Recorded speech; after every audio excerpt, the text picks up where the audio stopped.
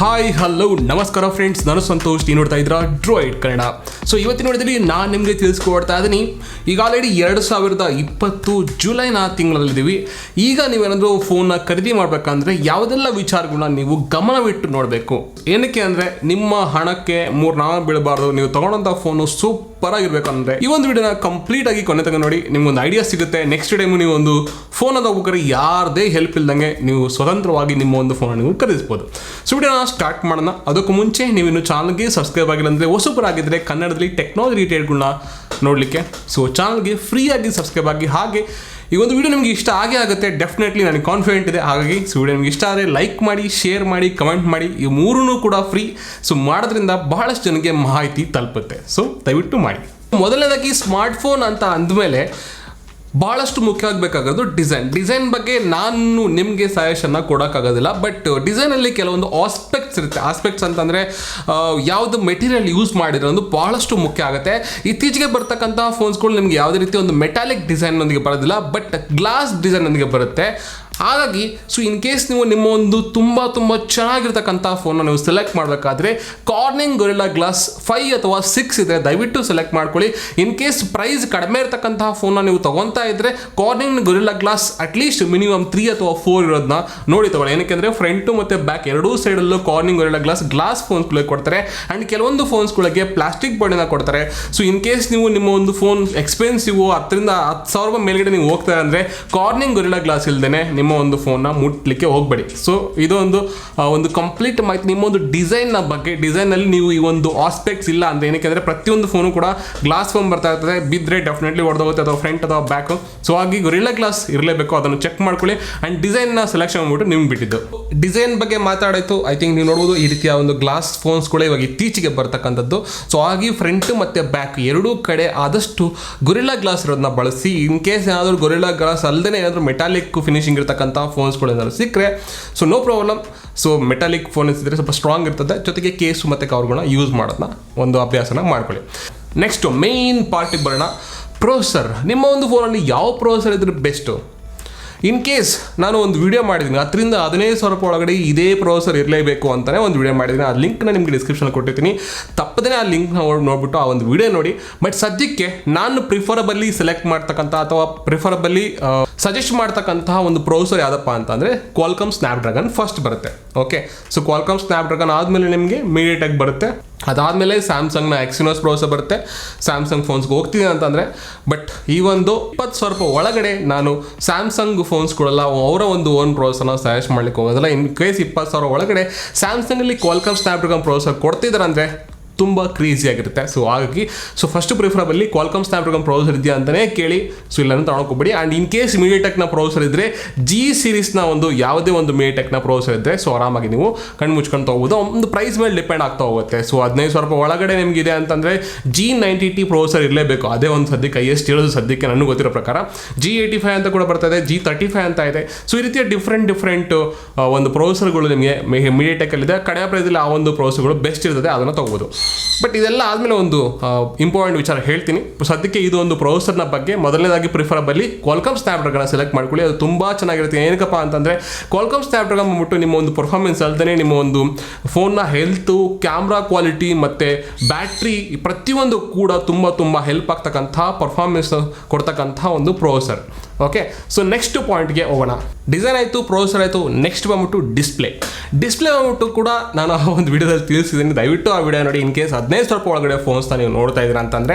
And display ಬಂದ್ಬಿಟ್ಟು preferably ನಾನು LED select ಮಾಡ್ಕೊತೀನಿ, LED ಸಜೆಸ್ಟ್ ಮಾಡ್ತೀನಿ. ಬಟ್ LED ಡಿಸ್ಪ್ಲೇ ಒಂದು ಫೋನ್ಗಳು ಬಂದ್ಬಿಟ್ಟು ನಿಮಗೆ 20,000 ರೂಪಾಯಿ ಒಳಗಡೆ ಭಾಳಷ್ಟು ಕಡಿಮೆ ಫೋನ್ಸ್ಗಳಲ್ಲಿ ಸಿಗುತ್ತೆ. ಬಟ್ IPS ಡಿಸ್ಪ್ಲೇ ನಿಮಗೆ ಬೈ ಡಿಫಾಲ್ಟ್ ಸಿಗುತ್ತೆ. IPS ಮತ್ತು LED ಎರಡೂ ಕೂಡ ಬೆಸ್ಟು. ಈ ಎರಡೂ ಡಿಸ್ಪ್ಲೇ ಇಲ್ಲ ಅಂತಂದರೆ ಮುಟ್ಲಿಕ್ಕೆ ಹೋಗಲೇಬೇಡಿ ಆ ಒಂದು ಫೋನ್ನ. ಎಷ್ಟೇ ಒಂದು ಪ್ರೈಸ್ ಆಗಿಲ್ಲ, 6,000-7,000 ರೂಪಾಯಿ ಎಷ್ಟೇ ಆಗಿರಲಿ, LED ಅಥವಾ IPS ಇಲ್ಲ ಅಂತಂದರೆ ಆ ಒಂದು ಫೋನ್ನ ನೀವು ಟಚ್ ಮಾಡಲಿಕ್ಕೆ ಹೋಗಲೇಬೇಡಿ. ಓಕೆ, ಬಟ್ ಇನ್ ಕೇಸ್ ಏನಾದರೂ 15,000 ರೂಪಾಯಿ ಒಳಗಡೆ ನೀವು ನೋಡ್ತಾ ಇದ್ರಿ ಅಂತಂದರೆ ಸೊ IPSನ ನೀವು ಅಕ್ಸೆಪ್ಟ್ ಮಾಡ್ಬೋದು. ಅದು ಕೂಡ ಫುಲ್ HD 7,000 ರಿಂದ 8,000 ರೂಪಾಯಿ ಮೇಲ್ಗಡೆ ಹೋಗ್ತೀನಿ ಅಂತಂದರೆ ಫುಲ್ HD ಇದ್ರೆ ಪ್ರಿಫರ್ ಮಾಡಿ. ಬಟ್ HD+ ಕೊಟ್ಟೆ ಕೊಡ್ತಾರೆ, 10,000 ರೂಪಾಯಿ ಒಳಗಡೆ ನಿಮಗೆ HD+ ಮ್ಯಾಕ್ಸಿಮಮ್ ಸಿಗುತ್ತೆ. ಬಟ್ ಫುಲ್ HD ಇದೆ ಅಂತ ಪ್ರಿಫರಬಲಿ ಚೆಕ್ ಮಾಡಿ, ಬೇರೆ ಬೇರೆ ಬ್ರ್ಯಾಂಡ್ಸ್ಗಳನ್ನ ಚೆಕ್ ಮಾಡಿ. ಸೊ 10,000 ರೂಪಾಯಿ ಒಳಗಡೆ ಫುಲ್ HD ಸಿಕ್ಕರೆ ದಿ ಬೆಸ್ಟ್. 10,000 ಮೇಲ್ಗಡೆ ಹೋಗ್ತಿದ್ರೆ ಫುಲ್ HD ಇಲ್ಲ ಅಂದರೆ ಮುಟ್ಲಿಕ್ಕೆ ಹೋಗ್ಬಿಡಿ. ಓಕೆ, ಸೊ ನಾನು ಖಂಡಿತವಾಗಿ ಹೇಳ್ತಾ ಇದ್ದೀನಿ, ಬಿಕಾಸ್ ಈ ಫೀಚರ್ಸು ಆ ಒಂದು ಫೋನ್ಸ್ಗಳು ಇರಲೇಬೇಕು. ಸೊ ಇದೊಂದು ಡಿಸ್ಪ್ಲೇ ಪಾರ್ಟ್ ಬರುತ್ತೆ ಫುಲ್ HD+ ಜೊತೆಗೆ ಗೊರಿಲ್ಲಾ ಗ್ಲಾಸ್ ಸೆಕ್ಯೂರಿಟಿಗೆ ಅದನ್ನ ನೀವು ಯೂಸ್ ನೋಡಿ ಗೊರಿಲ್ಲಾ ಗ್ಲಾಸ್ 5 ಮತ್ತು 6 ಏನೆಲ್ಲ ಲೇಟೆಸ್ಟ್ ಒಂದು ಗ್ಲಾಸ್ ಇರುತ್ತೆ ಅದನ್ನ ಸೆಕ್ಯೂರಿಟಿಗೆ ನೋಡ್ಕೊಳ್ಳಿ. ಬಟ್ ಏನೇ ಟೆಂಪರ್ ಗ್ಲಾಸ್ ಯೂಸ್ ಮಾಡ್ತೀವಿ. ಸೊ ಅದು ಒಂದು ಮೇನ್ ಥಿಂಗ್ ಆಗುತ್ತೆ. ಯಾವುದೇ ಒಂದು ಫೋನ್ನ ನೀವು ತಗೋಬೇಕಾದ್ರೆ preferably first LED display. But price ಬಜೆಟಲ್ಲಿ ನೋಡ್ತೀವಿ ಅಂದರೆ IPSನ ಪ್ರಿಫರ್ ಮಾಡಿ. ಅದಕ್ಕಿಂತ ಕಡಿಮೆ ಏನಾದರೂ TFT ಯೂಸ್ ಮಾಡಿದ್ದಾರೆ ಇನ್ನೊಂದು ಏನಾದ್ರು ಹೇಳಿದ್ರೆ ದಯವಿಟ್ಟು ನಂಬಲಿಕ್ಕೆ ಹೋಗಲೇಬೇಡಿ. ಓಕೆನಾ. ನೆಕ್ಸ್ಟ್ ಬಂದ್ಬಿಟ್ಟು ರ್ಯಾಮ್. ಇದು ಭಾಳಷ್ಟು ಮುಖ್ಯ. ಭಾಳಷ್ಟು ಜನ ಕಸ್ಟಮರ್ಸ್ಗಳು ಮೋಸ ಹೋಗೋದು ಇಲ್ಲೇ. ಸೊ ನೀವು ಒಂದು ಅಂಗಡಿಗೆ ಹೋಗ್ತೀರಾ, ಸರ್ ಇದರಲ್ಲಿ 6 GB ರ್ಯಾಮ್ ಇದೆ, 64 GB ಅಥವಾ 128 GB ಮೆಮೊರಿ ಇದೆ, ಆ್ಯಂಡ್ ಕ್ಯಾಮ್ರಾ ಕ್ರೇಜಿ ಆಗಿದೆ ಸರ್, 48 ಕ್ಯಾಮ್ರಾ, 64 MP ಕ್ಯಾಮ್ರಾ, 10,000 ರೂಪಾಯಿ ಕೊಡ್ತೀವಿ ಸರ್ ಅಂತಂದರೆ ತೊಗೊಂಡ್ಬಿಡ್ತೀರಾ. ಓಕೆ, ರ್ಯಾಮಲ್ಲೂ ಕೂಡ ಒಂದು ವರ್ಷನ್ಸ್ ಅಂತ ಇರುತ್ತೆ. ಈಗ ನಾನು ಬಂದುಬಿಟ್ಟು ಒಂದು ಜನ್ರೇಷನ್ ಅಂತ ಅಂದ್ಕೊಳ್ಳಿ. ನಮ್ಮ ಅಜ್ಜನ್ನ ನಿಮ್ಮ ಫೋನಲ್ಲಿ ಹಾಕ್ಕೊಟ್ರೆ ಅಥವಾ ನಿಮ್ಮ ಜೊತೆ ಕಳಿಸಿದ್ರೆ ಅಜ್ಜ ಎಷ್ಟು ಕೆಲಸ ಮಾಡ್ಬೋದು ನಿಮಗೆ ಅಲ್ವಾ? ಅಂದರೆ ಈಗ ರ್ಯಾಮ್ ಅನ್ನೋದು ಒಂದು ಪವರ್ ಇದ್ದಂಗೆ ಒಂದು ಮನುಷ್ಯನಿಗೆ, ಆಯಿತಾ? ಒಂದು ಕೋರ್ ಅಂದರೆ ಒಬ್ಬ ಮನುಷ್ಯ, 4 ಕೋರ್ ಅಂದರೆ 4 ಮನುಷ್ಯ, 8 ಕೋರ್ ಅಂದರೆ ಆಕ್ಟೋಕೋರ್ ಪ್ರೊಸೆಸರ್ ನಿಮ್ಗೆ ಕೊಡ್ತಾ ಇದ್ದಾರೆ. ಆಕ್ಟೋಕೋರಲ್ಲಿ ನನಗೆ 8 ಜನ ಅಜ್ಜಂದ್ರನ್ನ ನಮಗೆ ಕಳಿಸಿದ್ರೆ ಎಷ್ಟು ಕೆಲಸ ಮಾಡ್ತಾರೆ? ಅದು ಬದಲು ಹುಡುಗರನ್ನ ಕಳಿಸಿದ್ರೆ ಅಂದರೆ ಅದು ಹಳೆ ಜನ್ರೇಷನ್ ಅಲ್ವಾ? ಅದೇ ಥರ ಹೊಸ ಜನ್ರೇಷನ್ನ ಒಂದು ರ್ಯಾಮ್ ಕೂಡ ಇರುತ್ತೆ. ಓಕೆನಾ. ಸೊ ಹಾಗಾಗಿ ಲೇಟೆಸ್ಟ್ ಪ್ರಿಫರಬಲ್ಲಿ LPDDR4 4X ಬಂದ್ಬಿಟ್ಟು ಇವಾಗ ಲೇಟೆಸ್ಟ್ ಇರೋದು. LPDDR4X ಒಂದು ರ್ಯಾಮ್ನ ನೀವು ಇದು ಮಾಡಿ ನೆಕ್ಸ್ಟು ಒಂದು ಪರ್ಫಾರ್ಮೆನ್ಸ್ಗೆ ಇನ್ನೂ ನೆಕ್ಸ್ಟ್ ಅಪ್ಗ್ರೇಡ್ ಒಂದು ರ್ಯಾಮ್ ಕೂಡ ಬರುತ್ತೆ. ಆ್ಯಂಡ್ ಇನ್ನೊಂದು ವಿಚಾರ ಏನಪ್ಪ ಅಂದರೆ ಭಾಳಷ್ಟು ಜನಕ್ಕೆ ಇದ್ರ ಬಗ್ಗೆ ಗೊತ್ತೇ ಇಲ್ಲ. ಏನಪ್ಪ ಅಂತಂದರೆ ರ್ಯಾಮ್ ನಾನು ಹೇಳ್ದಂಗೆ ಲೇಟೆಸ್ಟ್ LPDDR4X ಅದರಲ್ಲಿ ಇನ್ನೂ ಬೇರೆ ವೇರಿಯಂಟ್ ಎಲ್ಲ ಬರುತ್ತೆ. 4X ಮೇಲೆ ಇದ್ದರೆ ಮಾತ್ರ ಪ್ರಿಫರ್ ಮಾಡಿ. LPDDR4 10,000 ರೂಪಾಯಿ ಒಳಗಡೆ ಇದ್ದರೆ ಪ್ರಿಫರಬಲಿ ತೊಗೊಳ್ಳಿ. 10,000 ಮೇಲ್ಗಡೆ ನೀವು ಇನ್ವೆಸ್ಟ್ ಮಾಡ್ತೀರ ಅಂದರೆ LPDDR4X ಇಲ್ಲದೇ ಆ ಒಂದು ಫೋನ್ನ ಮುಟ್ಲಿಕ್ಕೆ ಹೋಗಬೇಡಿ. ಮ್ಯಾಕ್ಸ್ ಟು ಮ್ಯಾಕ್ಸ್ ಅಂದರೆ 14,000 ರೂಪಾಯಿ ಮೇಲೆ. 14,000 ರೂಪಾಯಿ ಅಂದರೆ ನಿಮ್ಗೆ ಆಲ್ರೆಡಿ 4X ಸಿಕ್ಬಿಡುತ್ತೆ. ನಿಮಗೆ ಈಗ Realme 6 ಅಂತ ಅಂದರೂ ಕೂಡ ಸೊ ನಿಮಗೆ 4X ಒಂದು ರ್ಯಾಮ್ ಸಿಕ್ಬಿಡುತ್ತೆ. ಅದನ್ನು ನೀವು ತೊಗೊಳ್ಳಿ. 4X ಅನ್ನೋದು ಒಂದು ವೇರಿಯಂಟ್ ನಾನು ಹೇಳ್ತಾ ಇರೋದು. ಒಂದು ರ್ಯಾಮ್ಗೆ ಒಂದು ಕ್ವಾಲಿಟಿ ಅಂತ ಇರ್ತದೆ, ಒಂದು ವರ್ಷನ್ ಅಂತ ಇರುತ್ತೆ. LPDDR3 LPDDR2 ಎಲ್ಲ ಮುಂಚೆ ಬರ್ತಾ ಇದ್ವು. ಇವಾಗ ಇರೋದು ಲೇಟೆಸ್ಟ್ ಬಂದ್ಬಿಟ್ಟು ರ್ಯಾಮ್ ಕ್ವಾಲಿಟಿ ಬಂದ್ಬಿಟ್ಟು ರ್ಯಾಮ್ನ ಜನ್ರೇಷನ್ ಬಂದ್ಬಿಟ್ಟು 4X ಜನ್ರೇಷನು. ಅದನ್ನು ಸೆಲೆಕ್ಟ್ ಮಾಡಿ ಅಂತ ನಾನು ಹೇಳ್ತಾ ಇದ್ದೀನಿ. ಆ್ಯಂಡ್ ಅದ್ರ ಜೊತೆಗೆ ರ್ಯಾಮ್ ಆದಮೇಲೆ ರೋಮ್ ಅಂದರೆ ನಿಮ್ಮ ಇನ್ಬಿಲ್ಟ್ ಮೆಮೊರಿಯ ಒಂದು ವೇರಿಯಂಟ್ ಇರುತ್ತೆ. ಅದು ಬಂದ್ಬಿಟ್ಟು ಇವಾಗ ಮುಂಚೆ ಎಲ್ಲ EMCC ಅಂತ ಬರ್ತಾ ಇತ್ತು, ಎಕ್ಸ್ಟ್ರಾ ಮೆಮೊರಿ ಕಾರ್ಡ್ ಸ್ಲಾಟ್ ಅಥವಾ ಬೇರೆ ಏನಾದ್ರು ಬರುತ್ತೆ. ಸೊ EMC ಅನ್ನೋ ಒಂದು ಮೆಮೊರಿ ಫಾರ್ಮ್ಯಾಟ್ ಇತ್ತು. ಓಕೆ, ಮೆಮೊರಿಯ ಒಂದು ಕ್ವಾಲಿಟಿ ಇವಾಗ ಏನು ಬಂದ್ಬಿಟ್ಟಿದೆ ಅಂದರೆ ಇವಾಗಿನ ಜನ್ರೇಷನ್ ಬಂದ್ಬಿಟ್ಟು UFS. ಓಕೆ, UFS ಸ್ಟೋರೇಜ್ ಇರಲೇಬೇಕು. 15,000 ರೂಪಾಯಿ ಒಳಗಡೆ ನೀವು ಹೋಗ್ತಾ ಇದ್ದೀರಾ ಅಂತಂದರೆ UFS ಸ್ಟೋರೇಜ್ ಇರಬೇಕು. 2.1 3.1 ಅಂತ ನಿಮಗೆ ಮೆಮೊರಿ ಜನ್ರೇಷನ್ ಕೂಡ ಬಂದಿದೆ.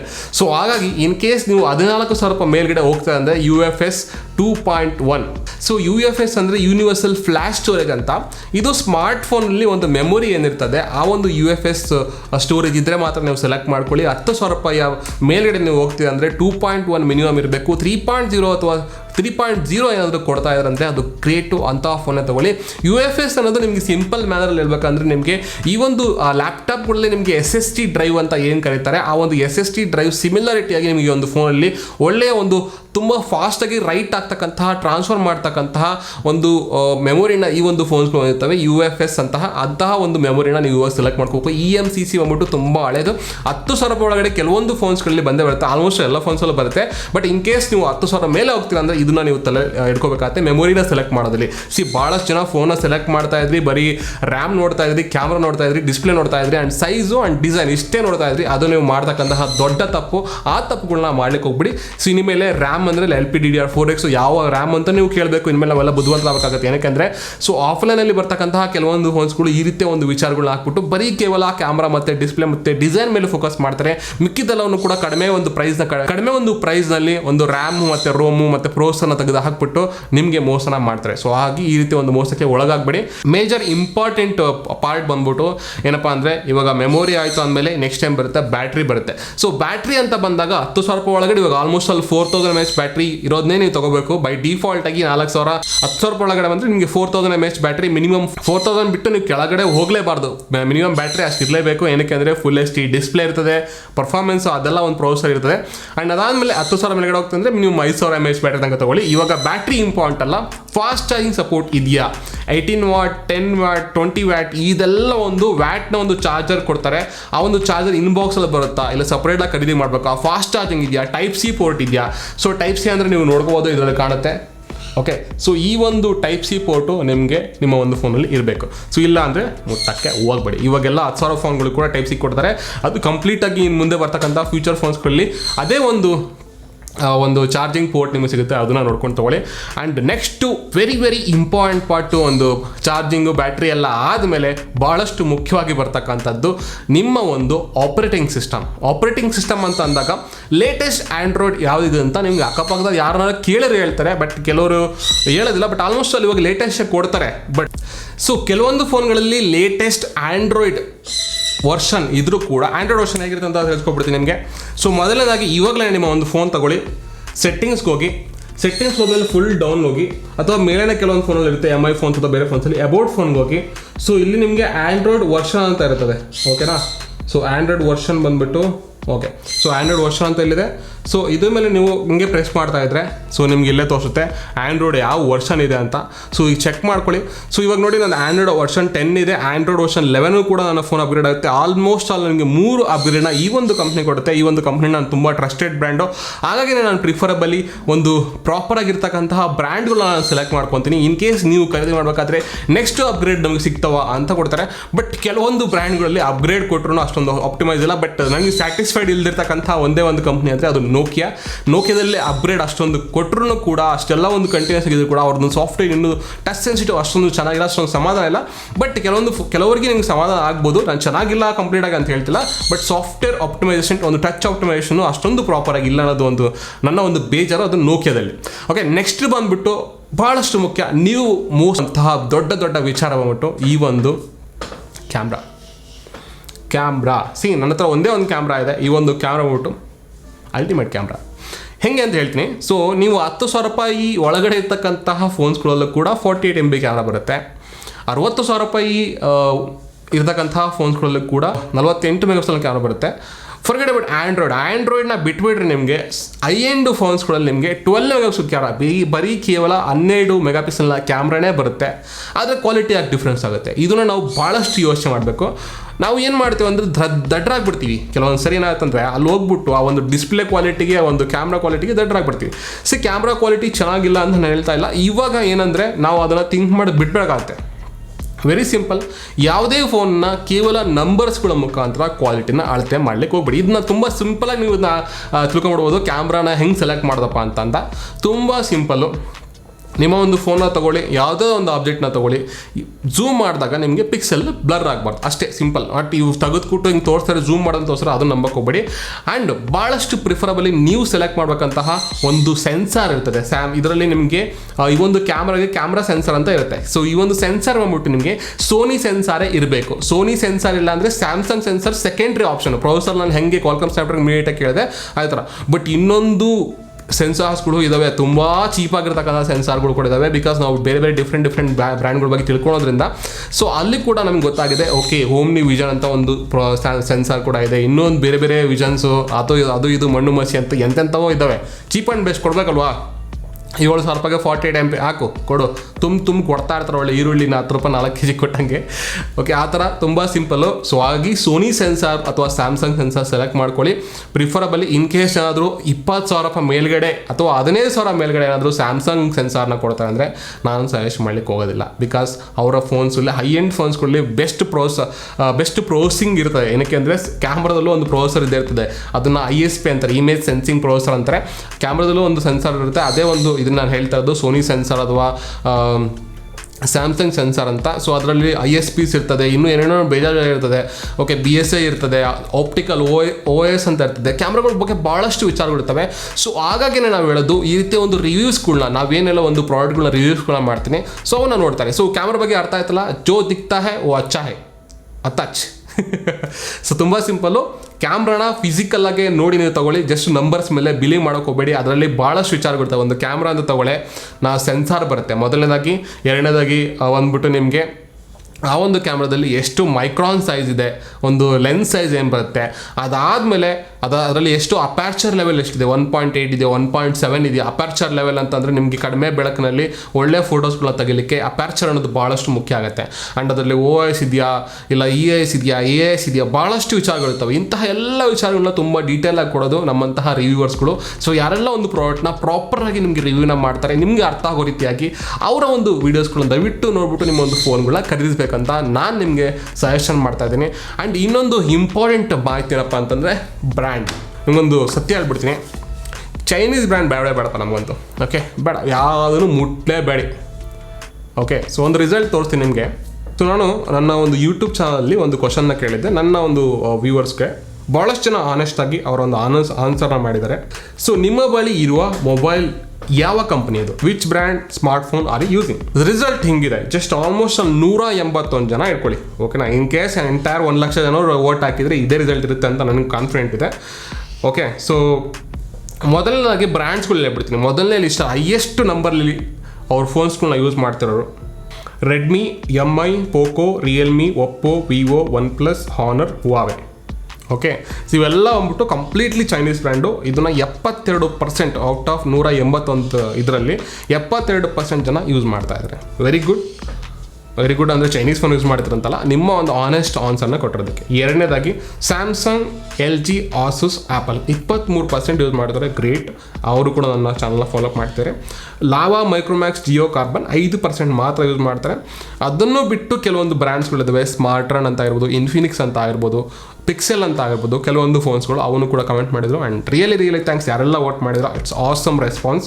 72% ಜನ ದೇಶದಲ್ಲೇ ಅಂತ ಅಂದ್ಕೊಂಡ್ರು ಕೂಡ 70% ಜನ ಚೈನೀಸ್ ಸ್ಮಾರ್ಟ್ಫೋನ್ಗಳನ್ನ ಯೂಸ್ ಮಾಡ್ತಾರೆ. ಒಂದೇ ಒಂದು ರೀಸನ್, ಇವೆಲ್ಲ ಬ್ರ್ಯಾಂಡ್ಸ್ಗಳನ್ನ ನೀವು ಹೊರಗಡೆ ಇಟ್ಟರೆ ಬಡವನಿಗೆ ಖರೀದಿ ಮಾಡಲಿಕ್ಕೆ ಯಾವುದೇ ಒಂದು ಬ್ರ್ಯಾಂಡ್ ಇರೋದಿಲ್ಲ, ನೀವು ಹೋಗಿ ಅವ್ರಿಗೆ ಕೊಡ್ಸೋಕ್ಕಾಗೋದಿಲ್ಲ. ಓಕೆನಾ, ನಾನು ತಲೆ ಹಿಡ್ಕೊಂಡು ಮಾತ್ರ ಒಂದೇ ಒಂದು ಉದ್ದೇಶ, ಚೈನಾ ಸಪೋರ್ಟ್ ಮಾಡ್ತೀನಿ ಅಂತಲ್ಲ, ನೀವು ನಂಬೋದು ಒಂದು ಫೋನ್ ತಯಾರಾಗೋದಕ್ಕೆ ಪ್ರೊಸೆಸರು, ಡಿಸ್ಪ್ಲೇ, ಬ್ಯಾಟ್ರಿ ಪ್ರತಿಯೊಂದು ಅವಶ್ಯಕತೆ ಆಗುತ್ತೆ. ಅದನ್ನೆಲ್ಲ ಬೇರೆ ಬೇರೆ ದೇಶದ ತರ್ತಾರೆ. ಬ್ರ್ಯಾಂಡ್ಗಳು ಮಾತ್ರ ಒಂದಾಗುತ್ತೆ, ಅವರೆಲ್ಲ ಮ್ಯಾನುಫ್ಯಾಕ್ಚರ್ ಮಾಡಿ ಅವ್ರದ್ದು ಒಂದು ಫ್ಯಾಕ್ಟ್ರಿ ಕೊಟ್ಬಿಟ್ಟು ಇದು ಮಾಡ್ತಾರೆ. ಅದೆಲ್ಲ ದೊಡ್ಡ ಕತೆ. ಓಕೆನಾ, ಬಟ್ ಒಬ್ಬ ಬೇಸಿಕ್ ಒಂದು ಸಾಮಾನ್ಯವಾಗಿ ನಾವು ಯೋಚನೆ ಮಾಡೋದಾದರೆ ಒಬ್ಬ ವ್ಯಕ್ತಿಗೆ, ಒಬ್ಬ ಬಡವನಿಗೆ ನಮ್ಮ ದೇಶದಲ್ಲಿ ಪ್ರತಿಯೊಬ್ಬರು ಒಂದು ನಾಲೆಡ್ಜ್ ಬೇಕು ಅಂದರೆ, ಇವಾಗ ಸ್ಕೂಲ್ಸ್ಗಳೆಲ್ಲ ಬಂದಾಗಿದ್ದಾವೆ ಕೊರೋನಾಯಿಂದ, ಅವರೆಲ್ಲರೂ ಕೂಡ ಒಂದು ಫೋನಲ್ಲಿ ಆನ್ಲೈನ್ ಕ್ಲಾಸ್ನ ಅಟೆಂಡ್ ಮಾಡಬೇಕಂದ್ರೆ 23,000 ಸಾವಿರ ಅವ್ರ ತೆಗಿರಲ್ಲ ಸರ್. 7,500-8,000 ರೂಪಾಯಿಗೆ ಫೋನ್ಸ್ಗಳು ಇಲ್ಲಿ ಕೂಡ ಲಾಂಚ್ ಆಗ್ತಾ. ಅದೇ ಒಂದು ಕನ್ಸರ್ನಲ್ಲಿ ಚೈನಾದವರು ಲಾಂಚ್ ಮಾಡಿದ್ದಾರೆ. ಹೋಗಿ ದೇಶಕ್ಕೆ ಹೋಗ್ಬಿಟ್ಟು ಒಂದು ಲೆಟರ್ ಬರ್ದು ಕಳಿಸಿ, ನಮ್ಮ ಒಂದು ದೇಶದಲ್ಲಿ ಒಂದು ಮೊಬೈಲ್ ಫೋನ್ ಕಂಪ್ನಿದ ತಯಾರು ಮಾಡಿ ನಾವು ಯಾವ್ದಾದ್ರು ಗೌರ್ಮೆಂಟ್ ಅಂಡರಲ್ಲಿ ಅಂತಾನೆ, ಇಲ್ಲೇ ದೇಶಕ್ಕೋಸ್ಕರ. ಸಿಂಪಲ್. ಅವ್ರ ಬಗ್ಗೆನೂ ಕೂಡ ಯೋಚನೆ ಮಾಡಿ, ನಮ್ಮ ಬಗ್ಗೆ ಮಾತ್ರ ನಾವು ಯೋಚನೆ ಮಾಡಬಾರ್ದು. ತುಂಬ ಸಿಂಪಲ್. ಸೊ ಇದು ಇವತ್ತಿನ ವಿಡಿಯೋ ಫ್ರೆಂಡ್ಸ್. ಇವೆಲ್ಲ ಮಾಹಿತಿ ನಿಮಗೆ ಅರ್ಥ ಆಗಿದೆ ಅನ್ಕೊತೀನಿ. ಸೊ ವಿಡಿಯೋ ಲೈಕ್ ಮಾಡಿ, ನಿಮ್ಮ ಒಂದು ಅನಿಸಿಕೆ ಏನೇ ಇದ್ರೂ ಕಮೆಂಟ್ ಮಾಡಿ ತಿಳಿಸಿ. ನಾನು ಸರಿನಾ ತಪ್ಪ, ಹಿಂಗೆ ಹೇಳ್ಬೇಕಿತ್ತು, ಹಿಂಗಾಗಬೇಕಿತ್ತು, ಅದು ಪ್ರಾಪರ್ ಕಮೆಂಟ್ ಅಂತಂದರೆ. ಅರ್ಥ ಇಲ್ಲದೇ ಕಮೆಂಟ್ ಮಾಡಿದರೆ ಅದಕ್ಕೆ ಅರ್ಥನೇ ಇರೋದಿಲ್ಲ. ಸೊ ದಯವಿಟ್ಟು ಬೇಜಾರು ಮಾಡ್ಕೊಬೇಡಿ. ಇನ್ ಕೇಸ್ ನಾನಾದರೂ ತಪ್ಪಾಗಿ ಹೇಳಿದ್ರೆ ಸೊ ಅದನ್ನು ಇನ್ನೂ ಸ್ವಲ್ಪ ಬಿಡಿಸಿ ಹೇಳಲಿಕ್ಕೆ ಟ್ರೈ ಮಾಡಿ, ನಾನು ಅರ್ಥ ಮಾಡ್ಕೊತೀನಿ. ಸೊ ಇದು ಇವತ್ತಿನ ವಿಡಿಯೋ ಫ್ರೆಂಡ್ಸ್. ಮುಂದಿನ ವಿಡಿಯೋದಲ್ಲಿ ಮತ್ತೆ ಸಿಗ್ತೀನಿ. ಅಲ್ಲಿ ತನಕ ಜೈ ಹಿಂದ್, ಜೈ ಕರ್ನಾಟಕ.